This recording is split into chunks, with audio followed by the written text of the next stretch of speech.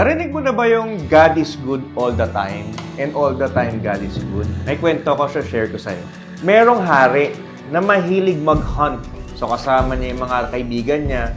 And meron siyang isang servant, lagi nagpapasalamat sa Diyos. Sobrang favorite siyang servant. So sinasama siya ng hari kahit saan siya pumunta. Every time nakaka-hunt ng hayop, sinasabi ng servant, God is good all the time.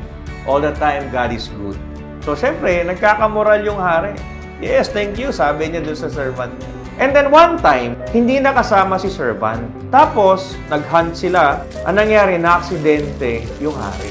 Aksidenteng nahiwa niya yung daliri niya. Naputol. At syempre, nadisgrasya sila. Pauwi sila ngayon, bit-bit yung hari dahil duguan yung kamay at may mga pasa-pasa sa katawan.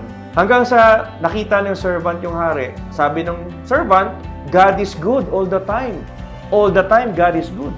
Eh, syempre, yung hari na buwisit, anong God is good all the time? Nahiwa na nga ako eh. Ikulong to. Kinulong yung servant. Kinulong.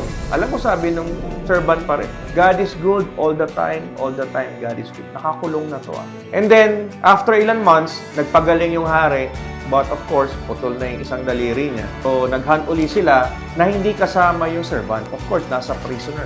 Now, anong nangyari? Sa pag-hunt nila, napunta sila sa isang lugar, sa bundok, na puno pala ng kanibal.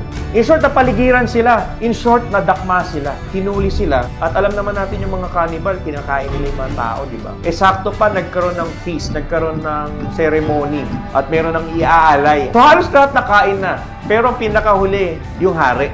So, ang ginawa ng priest ng mga cannibal, of course, sinek muna yung offering, yung buong katawan ni hari. And then, nakita yung daliri. Nakita yung daliri putol. Sabi nung cannibal, hindi to pwede maging offer natin. This is not pure and perfect. Pakawalan nyo na yan. Hayaan nyo na yan. So, yung hari umuwi mag-isa, sugatan, duguan, at syempre pagod na pagod. He's so exhausted. So, papasok na siya sa kaharian niya. Nakita siya ng mga servants niya. Alalang-alala. Nasaan kayo galing, hari? Ganyan-ganyan. Tapos, natandaan niya, naalala niya yung servant na pinakulong niya. Alam mo, no, ipinatawag niya. Naalala kita kasi ganito nangyari sa akin, muntik na ako makain. At doon ko na-realize, tama nga, God is good all the time God is good. Ngayon, nagtataka lang ako, bakit nung pinakulong kita, kahit sobrang sama ako sa'yo, sinabi mo pa rin, God is good all the time God is good. Alam mo, sabi ng sermon, God is good all the time God is good.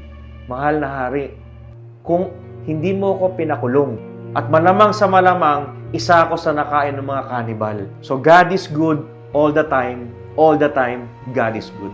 Ano yung lesson na makukuha natin dito? Most of us, feeling natin, pangit nangyari sa buhay natin. Feeling natin na pinapahirapan tayo ng Diyos. Pero ang totoo niyan pala, mas maganda ang plano para sa atin, mas maganda ang naghahantay para sa atin. Ang importante dito, maniwala ka lang. Ang dami kasing tao, nagpapasalamat lang pag maganda nangyayari. Tapos pag pangit, yun na, kinukutsa yung Diyos na nagagalit. Pero tandaan natin, maraming magandang plano sa atin ng Diyos. Ang kailangan natin maniwala at magtiwala. Because God is good all the time God is good.